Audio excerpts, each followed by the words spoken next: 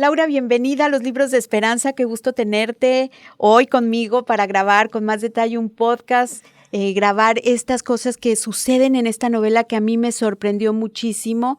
Ya te tuve en un círculo de lectura, pero por razones obvias uno no puede subir eso al público para que lo escuchen porque hay muchos spoilers. Y aquí el chiste es que ustedes conozcan su más reciente entrega, que es La Mesa Herida, y pues vamos a entrar de lleno, Laura. La Mesa Herida es un libro que nos habla de un cuadro perdido de Frida Kahlo, un cuadro de grandes dimensiones, atípico en Frida, porque creo que había pintado 1 o 2 de esas dimensiones anteriormente, que es como de 2x2 o de 2 por algo. Sí, es un cuadro enorme.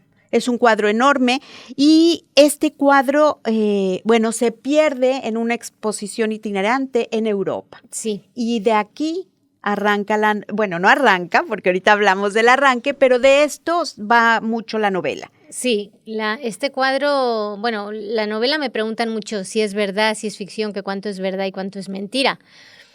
Pues casi todo es verdad. Yo diría que el 80% de esta novela es todo real. Empecé a documentarme mucho para poder escribir esta historia sobre este cuadro perdido de Frida Kahlo. Es el cuadro más grande en dimensiones que ella pintó después de las 2 Fridas y es un cuadro que ella donó a la Unión Soviética en el año 47 para que formara parte del Museo de Arte Occidental, un museo que finalmente no se logró. Y entonces a partir de ahí el cuadro empezó a pulular por diferentes bodegas, estuvo quizá en el Pushkin, no se sabe con certeza, y luego empezó a buscar, digamos, un lugar en el que se pudiera exhibir, pero en Rusia lo cierto es que era en la época stalinista, estaba lo que se llevaba era el realismo socialista y este era un cuadro que se tildó de burgués decadente. Y entonces no gustó nada. ¿Y lo exhibieron o no? No lo exhibieron nunca, no. Dijeron, este cuadro bajo ningún término se puede mostrar al público porque es un arte que corrompe, ¿no? Con ese paternalismo de las dictaduras, del color que sean. Y pues se censuró. Entonces, a partir de entonces estuvo guardado en las bodegas de la Vox, que era, como se llamaba, la Asociación de Relaciones Exteriores con los Países Occidentales que había en Rusia, y se le perdió la pista. Pero cuando murió Frida Kahlo, Diego quiso que ese cuadro volviera a México y empezó a hacer todo lo posible para que ese cuadro volviera. Y a partir de ahí es cuando empieza la cosa a ponerse interesante, porque el cuadro misteriosamente tenía que viajar a Varsovia, donde iba a formar parte de una exposición colectiva de artistas mexicanos, con cuadros del Dr. Atl, con cuadros de muchísimos artistas que también habían donado obra. Y el cuadro, toda la itinerancia llegó a Bulgaria, que fue el siguiente lugar donde se iba a exponer, y La Mesa Herida ya no llegó. Qué impresionante cómo se puede perder. Bueno, es evidentemente un robo, yo creo. No se sabe. A alguien sí le gustó. No se sabe. Vamos a contextualizar. Frida en esa época que estamos hablando de 1940 y... ya lo pinta en el 40, ¿sí? Y el cuadro lo dona en el 47 y desaparece en el 55. En el 54 había muerto Frida.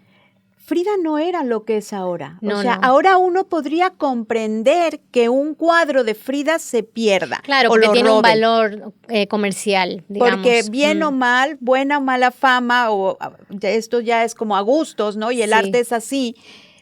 Ahora hay algo que precede este tema de Frida, pero en aquel momento no. Entonces el misterio es enorme. Claro, eso es lo interesante, porque dices, vale, pongamos que es un robo. ¿Por qué? ¿Por qué alguien se va a robar un cuadro burgués decadente de un artista completamente desconocido? Porque no sé, incluso, y en la novela se va narrando toda esta peripecia, el cuadro de Frida llegó sin nombre, no sabían quién era, y aunque hubiera llevado el nombre daba igual, porque ella era desconocida en ese momento. Cuando Diego Rivera se va a pintar a Detroit y para los encargos y pinta el hombre en el cruce de caminos en el Rockefeller que luego le destruyen, etcétera, Frida era la esposa de Rivera y era esta señora encantadora que se vestía muy curiosamente con cosas muy exóticas que excéntricas. Bueno, sí, para la gente de los años 50, pensemos cómo se vestía la gente en los años 50, era pues demasiado rebelde o exótico, sí. La gente decía, ¿dónde está el circo? Cuando veían a Frida, porque pensaban que era un miembro de algún tipo de circo, es más. Pero nadie sabía que era una pintora. Y de hecho, cuando ella se divorcia de Diego Rivera, una de las cosas que ella se propone es vender arte para poderse mantener sin que Diego la tenga que mantener. O sea, ella era una mujer que estaba siempre colgada de Diego Rivera en lo económico y en lo emocional, y también en la salud, porque era una mujer que necesitaba mucho apoyo, muchos médicos, y todas esas operaciones y cuidados se los proporcionaba Diego. Entonces, digamos que no es esa mujer feminista, que hoy la vemos así y la vemos como un icono de lo transgresor. Ella era bastante conservadora. Lo que pasa es que era muy revolucionaria en su pensamiento y una mujer, era una artista de los pies a la cabeza, una artista que no fue reconocida en su tiempo. De hecho, en México no se le hizo ninguna exposición individual hasta un año antes de que muriera, cuando su amiga Dolores Olmedo dice, vamos a hacerte una pequeña exposición aquí, porque aquí nunca has tenido una exposición. Claro. O sea, en México, en vida de Frida Kahlo, no era reconocida como una artista independiente individual a Diego. Eso ha venido construyéndose después. Sí. Entonces, bueno, el cuadro de Frida, imagínate que desaparezca además en Moscú.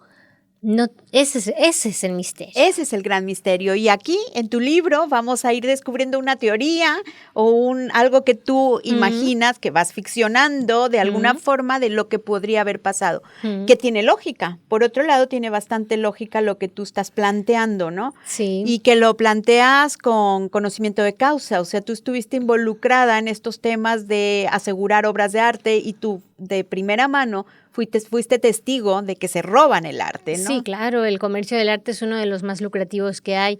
Se lava muchísimo dinero con obras de arte también. O sea, hay toda una empresa delictiva alrededor del arte muy importante. Yo estuve trabajando durante unos años antes de dedicarme a escribir en una compañía de seguros de obras de arte en Madrid, donde vivo, y bueno, sí, teníamos que colaborar con Interpol para ver dónde estaban ciertas obras. Hay todo un protocolo, un requisito. Si vas a vender un cuadro robado, no puedes así como así, ¿vale? Hay toda una serie de tramitología, tienes que ir a la persona indicada, o sea, es muy como trapichear, ¿vale? Claro.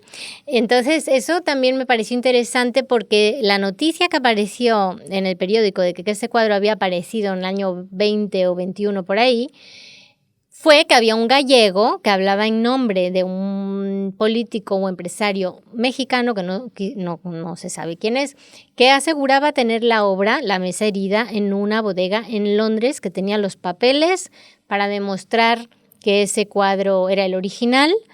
Tenía todos los requisitos, pero no quería venderlo ni en subasta pública ni, digamos, salir a la luz, ¿no? Quería hacerlo todo un poco por debajo del agua, entre particulares. Claro. Entonces, bueno, yo en el momento en que leo esta noticia, todas mis antenas se levantaron y yo ahí pues pude entender lo que estaba pasando perfectamente. De hecho, hay gente que por Instagram me manda fotos de La Mesa Herida. Está en Dubái, me dicen, está en no sé qué, y me mandan fotos. No te lo puedo creer. Pero tú la puedes reconocer. Sí, la reconozco y sé. ¿Y a todas son copias? Sí, les digo, ese es falso. No es falso porque se les ha hecho radiografías y me justifican y me dicen, pero yo sé cosas por la investigación que hice, que yo reconozco perfectamente que ese no es el original. Yo tengo, por ejemplo, la foto del catálogo original donde se exhibió La Mesa Herida en Varsovia. Y sale ahí la foto original del cuadro, que fue un catálogo que tuvo muchísimo éxito, se agotó y hubo que hacer una reimpresión de ese catálogo. Te estoy hablando del año 55, porque lo que llamaba la atención era el arte mexicano. Ya entonces en esa exposición criticaron a Frida de que no era tan mexicana, fíjate, que su arte no era tan mexicano porque pues no tenía nopales, no tenía, o sea, yo no sé la gente que esperaba de la imagen de que es México, pero no. Pero bueno, yo tengo ese catálogo y en el catálogo la imagen no es tan burda como la copia que circula en internet. Si tú ahora te metes a internet y pones la mesa herida, te va a salir un cuadro. Pero fíjense, hay dos fotos importantes. La que es el cuadro solito puesto sobre unas tablas, ese es el falso. Y luego está el original, que es cuando está Frida pintándolo, que no es que lo estuviera pintando, es que le bajaron el cuadro para hacerle esa foto, ¿no? Como le dijeron, a ver, vamos a hacer una foto con tu libro, ponte aquí. Le bajaron el cuadro y ella hace como que lo está pintando, pero ya está terminado ese cuadro. Entonces, si los comparas, puedes ver incluso que el retrato de ella no es igual. O sea, ella se conocía muy bien, se pintaba muy bien. Y Frida tenía una pincelada, aunque la gente piense lo contrario, muy fina. Una cosa es que pintara tipo naif y otra es que no supiera dar una pincelada. La sabía dar, ¿eh? Y entonces en el cuadro, en la copia se ve perfectamente que no, que están haciendo como si fuera un Frida. Hay tres autores, tres artistas los más falsificados del mundo, el mundo del arte. El primero es Dalí, Frida Kahlo es otro, y me parece que otro que se ha falsificado mucho es Miró. ¿Por qué? Porque son cuadros que en teoría se pueden copiar. También mucho Rothko se ha copiado. Pero Frida Kahlo está en la lista también de los más falsificados. Mira, qué interesante, no sabía. Sí. Oye, y ahorita que estamos hablando del cuadro, tú escuchas esta noticia, te das cuenta, y tú dices, aquí hay una novela, como buena novelista que eres, sí. Ahí tienes el feeling, ¿no? El instinto de que aquí hay una novela. Mi pregunta es, ¿qué querías escribir, Laura? ¿Querías escribir con respecto al cuadro, con respecto a Frida, con respecto, o sea, ¿cuál fue como tu verdadera o tu primera intención que dijiste, pues qué buen pretexto para escribir de Frida? O no, abordar el tema del robo por tu antecedente que conoces, el tema de robo de arte, o era el pretexto para abordar algo diferente. Sí. Cuéntanos, por favor. Porque creo que ahí hay mucho meollo del asunto. Sí, mucho meollo, mucho. De hecho, sí, ahí has dado, digamos, con la pregunta clave. Yo quería escribir sobre heridas, sobre mujeres heridas. Heridas que nos atraviesan en distintos niveles, porque había estado en contacto últimamente, yo no sé por qué, pero con muchas mujeres que han sufrido actualmente, sobre todo en lo que es la maternidad. Mujeres que habían perdido a sus bebés, mujeres, no sé, de pronto empezaron a llegarme historias. Yo doy clases de escritura, ¿no? Y entonces tuve muchas alumnas que de pronto todas estaban escribiendo sobre sus maternidades frustradas. Todas, en diferentes aspectos. Con el dolor. Con el dolor, unas de no poder ser madre, otras de no poder engendrar, otras de no poder gestar, porque sí se quedaban embarazadas, pero los perdían. De hecho, algunas de esas historias se han publicado y han sido libros también. Pero el caso es que yo empecé a sentir que necesitaba hablar de las heridas femeninas en concreto.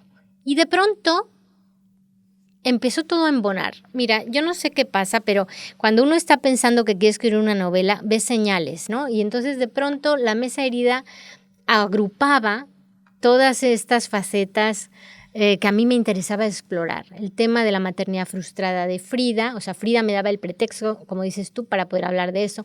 El tema del arte robado, del arte falsificado, del arte traficado, que de pronto también era parte de mi vida. Yo estudié historia del arte, te digo, trabajé en esta compañía de seguros, entonces de pronto empecé a entender que en esta historia se englobaban muy bien todos esos temas que yo quería tratar, sin salirme al 100% de la novela histórica, porque también pasa que cuando uno empieza a publicar y a escribir, el lector y la editorial también te cataloga como una escritora histórica, como una escritora de mujeres, como una escritora, y te ponen etiquetas, que eso es un tema complicado, pero también pasa, ¿no? Entonces, de pronto, La mesa herida sí era una gran historia que me permitía a mí, sin dejar de hacer novela histórica, explorar esos temas del presente que a mí me preocupaban, como eran estos temas de las maternidades, y ahí es donde entró Olga Simonova, que es este personajazo ficticio. Ay, sí, a mí me encanta Olga, porque además Olga tenía que competir con Frida, Y esto es algo, si te fijas, desde que hemos empezado a hablar, solo hemos hablado de Frida, porque Frida tiene un poder de seducción tan grande que se come a los personajes que están a su alrededor. Y esta no es una novela sobre Frida, es una novela sobre es una novela sobre muchas cosas. Entonces, bueno, Olga tenía que competir con Frida en este sentido, pero Olga transita por las mismas heridas que Frida, porque yo al final lo que quería mostrar, respondiendo a tu pregunta, era que hay factores que no importa ni tu nacionalidad, ni tu lugar de origen, ni tu cultura, ni muchas cosas que te pueden atravesar de la misma manera, ¿no? Dolores que son universales. Claro, y es que yo a eso iba también ahorita a abordar el tema de Olga, porque Olga es un personaje enorme, es un gran personaje. Por eso te preguntaba yo, porque al final de cuentas incluso tuve como por ahí una pequeña sospecha de que quizá tú querías escribir acerca de todo el tema de Europa del Este, por decirte algo, y bueno, pero luego dicen que las historias te encuentran a ti, y me parece que esta historia te encontró a ti para ser narrada, pero a lo que iba con Olga es que Olga es un personaje enorme que creo que representa o transmite ella muchas cosas. Una, esta parte del dolor. O sea, que como tú dices, uno empatiza con muchas partes en esta sociedad en la que ella le toca vivir, con esta encierro, con esta restricción en todos los sentidos, ¿no? Sí. Muy complicada su época, pero una mujer valiente, una mujer que es capaz de llegar hasta las últimas consecuencias por un ideal, que yo no quisiera develarlo mucho. Tú dime si puedo develar como su ideal era proteger. Ella cuando recibe el cuadro se da cuenta, no sabe por qué, pero ella decide que quiere proteger ese cuadro porque reconoce la herida. Claro, es que a eso iba. Entonces, bueno, ya encuentra el cuadro y lo quiere resguardarlo hasta sus últimas consecuencias, sí. No importa el precio que tenga que pagar. Ella al principio no sabe hasta cuánto va a sacrificar. Al principio, pero es que la vida es así. Tú a lo mejor tomas una decisión y no sabes que esa decisión te va a llevar a complicarte tu existencia de maneras exponenciales, ¿no? Y al final ya está ya tan involucrada, ha hecho tanto por ese cuadro que ya dice, pues de aquí para el real, ¿no? O sea, ya me juego el resto. Claro, y hay una particularidad en Olga que a mí me gustó muchísimo, que al final de cuentas nos dice, no explícitamente, pero nos lo muestra, qué es el arte, sí. ¿Qué puede llegar a ser el arte? El arte conecta contigo o no conecta, aunque no te lo puedas explicar. La literatura es igual, conectas o no conectas. Y eso me parece una sutileza hermosa, porque el cuadro definitivamente conecta. Y a ver, es un cuadro raro. ¿Estás de acuerdo que no es fácil conectar con él? No. Y pero Olga sí conecta. Olga parecería que entiende perfectamente, que se espejea, que la comprende perfectamente lo que Frida quiso decir. Yo creo que el mejor arte es el que te interpela, ¿no? El que te hace cuestionarte tu sitio de confort. El arte que es confortable, que es agradable de ver, que no te exige ningún tipo de respuesta racional ni emocional, es un arte muy cómodo, pero también es un arte que no te mueve. Que no te mueve. Lo mismo con la literatura, como dices tú. Yo cuando estaba escribiendo este libro, muchas de las cosas que Olga piensa sobre el cuadro son mis cosas sobre la literatura, son mis reflexiones sobre el arte. Y en el fondo, Olga, son todas las personas que en algún momento hemos visto una obra de arte, sea cual sea, una danza, una obra de teatro, leído un libro, visto un cuadro y hemos llorado. Claro. O sea, y hemos sentido algo. Sí, se te pone la piel chinita incluso. Hay gente que ha tomado decisiones de vida basadas en emociones que han sentido y han dicho, yo a esto me quiero dedicar, por ejemplo. Yo que soy artista, que soy escritora y que siempre he estado vinculada con el mundo del arte, conecto mucho con esa gente que es sensible y que es capaz de sacrificarlo todo, no la vida, porque Olga llega un momento en donde incluso puede pasar por ahí, pero que se ha planteado hacer cambios en su vida fundamentalmente por lo que cree. Claro. Por sus pasiones. Por lo que mueve tu corazón, al final de cuentas. Y Olga, yo creo que por eso es un personaje tan potente, porque conectamos con esa emoción, con esa sensación de, mira, estaré o no de acuerdo con lo que hace, pero entiendo su necesidad de expresar su libertad, su individualidad en un mundo como era, por ejemplo, el del realismo socialista, el del comunismo de Stalin, en donde estaban todos encorsetados, ¿no? Como Frida, donde estaban todos aprisionados en esa cárcel, que también el muro de Berlín, que también sale en la novela, es ese corsé, ¿no? Físico. Hay muchos corsés en esta novela. Por eso también puse que la novela transitara por esa época, porque son los lugares donde podía jugar con el simbolismo. Frida pintaba este cuadro simbólicamente y la novela también tiene mucho simbolismo, tiene muchas capas, es como una cebolla que tú puedes ir pelando. Por eso la novela tiene muchos niveles de lectura y la gente, según la va pensando y la va leyendo y la va platicando, le va sacando cosas, que también es muy interesante eso en los clubes de lectura, todas las cosas que han ido saliendo. Pero es que esa era justamente mi intención, o sea, hacerte ver que no hay una lectura lineal de un mismo libro, que diferentes, según tu experiencia, puedes entender una cosa u otra, que es finalmente lo que a Olga le pasa cuando ve la mesa herida. Claro. ¿Y qué le pasa a Laura Martínez Belli cuando ve la mesa herida? Porque, a ver, tú escuchas la noticia. Sí. Quisiera, es un esfuerzo enorme, porque quisiera ponerme en tu lugar de que ves esta noticia y te remites necesariamente a ver el cuadro que se perdió, ¿no? O sea, leer. ¿Y cuál fue? ¿Te pasa como a Olga? ¿Conectas con el cuadro inmediatamente o no conectas, pero más bien ahí prevalece tu vena de escritora y dices, aquí hay una novela? ¿Qué es el primer sentimiento ese? El primero, cuando vas y ves lo que es la mesa herida.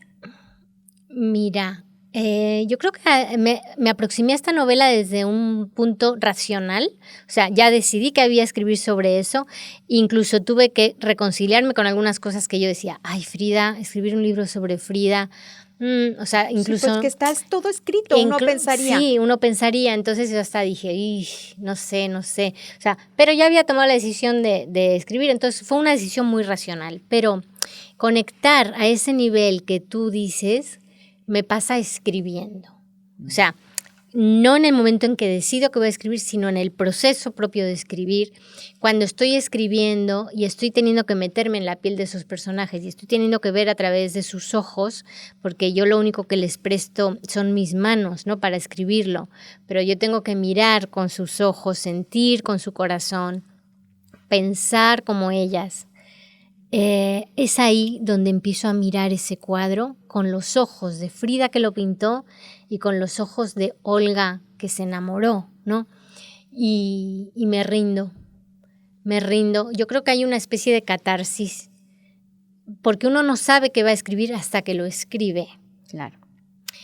Y mira que yo soy una novelista de método, ¿eh? O sea, yo me hago mis escaletas, planifico, tengo muy bien estructurada la historia, los cimientos muy claros, o sea, no soy una escritora de brújula que va improvisando según lo que se le va ocurriendo, no. Tengo Tú sabes todo dónde vas a terminar. Perfectamente. ¿A dónde quieres llegar? O sea, cuando yo empiezo a escribir la novela, yo ya sé todo lo que va a pasar. Lo que no sé es cómo lo voy a contar. Eso es algo que me va surgiendo mientras lo escribo.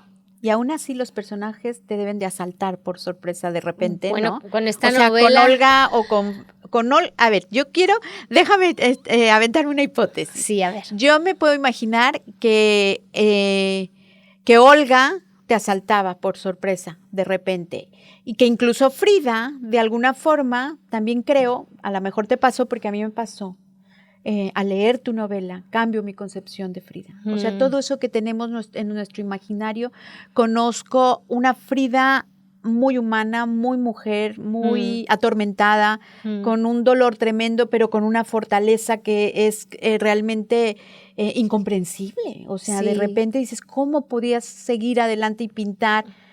Ella pinta todo lo que quería, no se queda con nada dentro, o sea, todo su dolor lo transforma en arte también.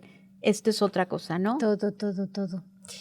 Sí. Sí, te asaltan por sorpresa entonces los personajes de repente. Bueno, con esta novela lo que me pasó fue que yo tenía un plan, ¿no? Para ellos y de pronto en determinado punto Olga dijo, no voy a hacer eso. Y yo... Eso me encantan, esas anécdotas me encantan. Y yo decía, pero ¿por qué? Y me acuerdo que bajaba, porque además esto de escribir tiene un puntito esquizofrénico, ¿no? Y hay que aceptarlo y hay que quererse así. Los escritores tenemos todos un puntito de esquizofrenia. Y cuando yo bajaba y le decía a mi marido, que Olga dice que no quiere hacer tal. Y yo creo que mi marido, ya como me conoce, pero ¿qué quiere hacer ahora Olga? Pues que quiere, no quiere hacer eso. ¿Y ahora cómo lo hago? Porque si hace eso que ella quiere hacer, le decía yo, ya se me desmadra todo lo demás. Qué o sea, divertido. hablando así y me decía mi marido, ¿pero por qué ella no quiere hacer? Porque mi marido me da cuerda. ¿Y por qué ella no quiere hacer eso? Y yo, pues, ¿por qué no? Porque se ha dado cuenta de que si hace eso, pues ya no va a querer hacer eso. Y además tiene razón. Yo creo que Olga tiene razón. Yo me equivoqué. Yo la juzgué mal. Y entonces hablo como si fueran personas reales. Qué divertido. Y de pronto, sí, giré. Bueno, pero también... No. Sí giré. Ajá, eso te iba a decir. Me rendí porque hay un instinto. O sea, eso que pasa que suena muy loco y muy bonito y muy simpático, en el fondo es aprender a escuchar el instinto. En el fondo, tu cabeza racional te ha visualizado una cosa, pero cuando estás escribiendo ya está surgiendo, está naciendo, está el barro ahí agarrando forma, de pronto te das cuenta que te has equivocado en el planteamiento inicial y que es mejor ir por otro camino. Y ese camino del instinto hay que escucharlo, hay que saberlo escuchar.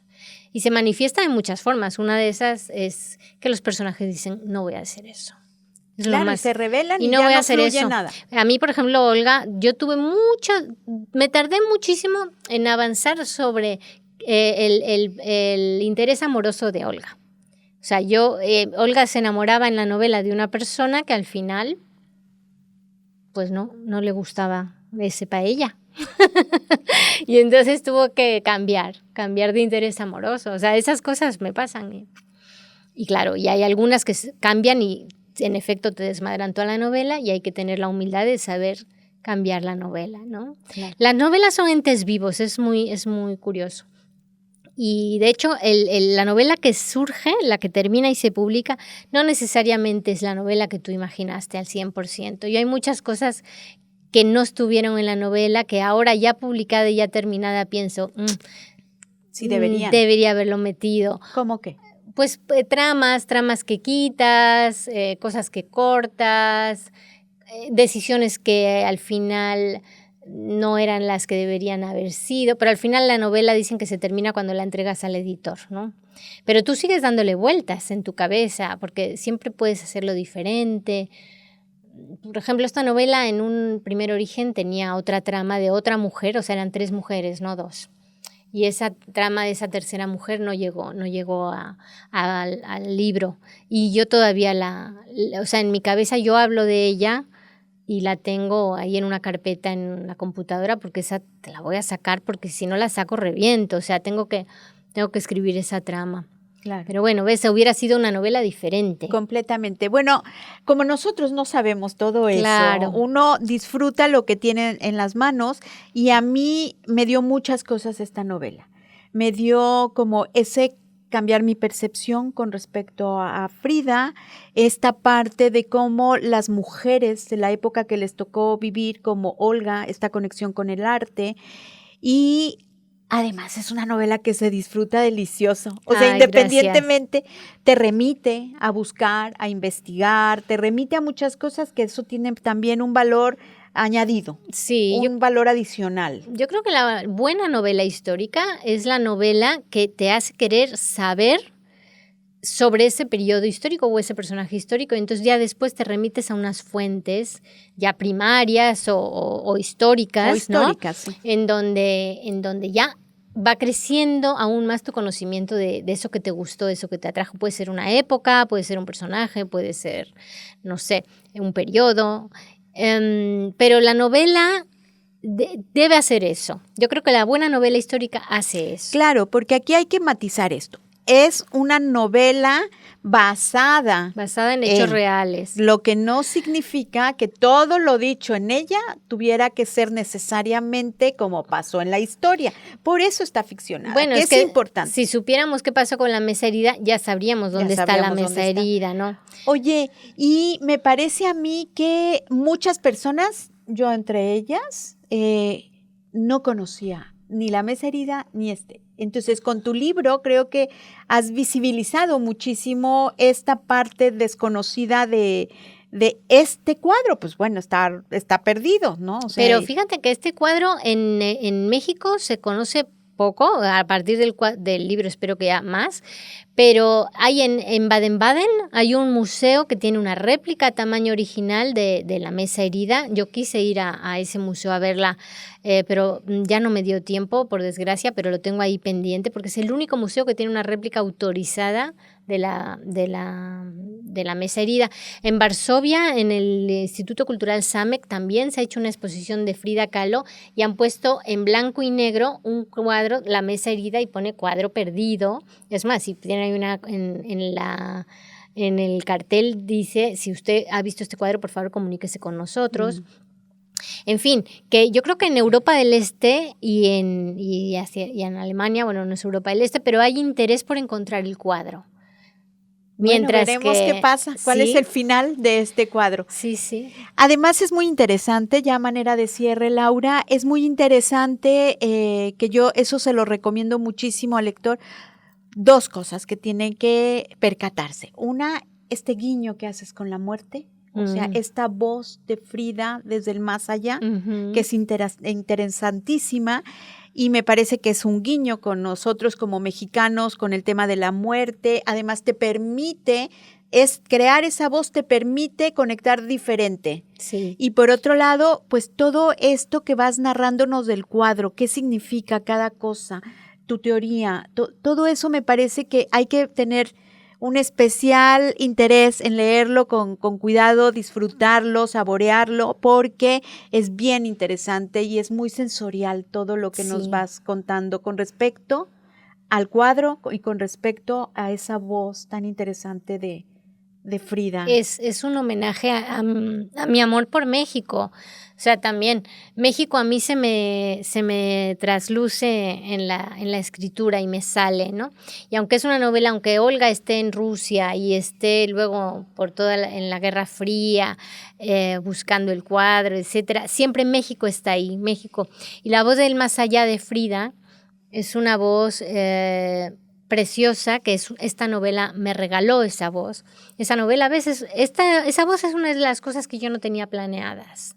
Que me preguntabas, ¿qué cosas no tenías planeadas? Pues, por ejemplo, esa voz.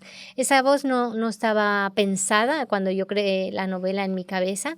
Sin embargo, Frida se impuso. Frida de pronto me dijo, déjame hablar, quiero seguir hablando. Claro. Y yo ya le decía, pero si ya estás muerta, no puedes hablar. Y entonces ella me decía, pero quiero hablar, déjame que te cuente desde el más allá. Y entró, y yo la dejé entrar, te digo que... Esa es una voz muy bonita y que sorprende. Sí. Además, como lector te sorprende. Y bueno, todos estos guiños con lo mexicano, ¿no? Canciones, dichos y todo también, ahí se nota tu vena mexicana, por supuesto, o sea, tan claramente aplicados y tan acertadamente aplicados. Bueno, pues La Mesa Herida, Laura Martínez Belli, muchísimas gracias por haber estado hoy conmigo. Gracias a ti. Espero que hayas disfrutado la conversación tanto como yo. Mucho. Y bueno, pues larga vida tu novela. Espero que se siga leyendo. Es muy disfrutable, muy recomendable. Se va a traducir ahora al polaco. El mes que viene sale en Polonia. ¡Qué maravilla! A ver si ahí también sirve para que...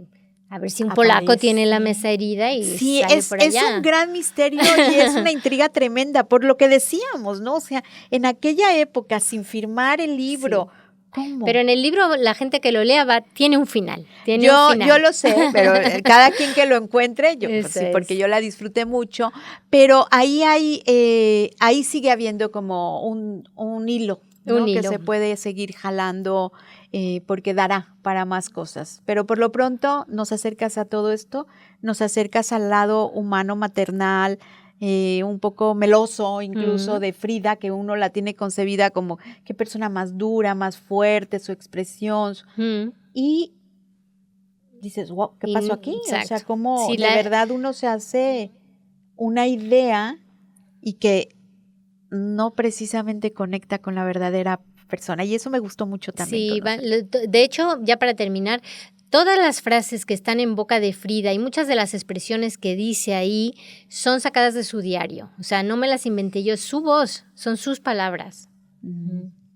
Bueno, pues el diario es algo que tengo pendiente comprarme. Pues Anoche te va a estuve gustar. viendo y ya vi que lo puedo conseguir en Amazon, ¿está? Te va a gustar y bueno, también van a conocer a la Frida, esa literaria, también a través de La Mesa Herida. Claro, que todo eso lo construyes a raíz del De diario. los A lo mejor escritos. por eso también es una voz que se siente tan auténtica, tan ella, ¿no? Mm. Bueno, Laura, pues muchísimas gracias por haber estado hoy conmigo. Gracias a ti, Esperanza.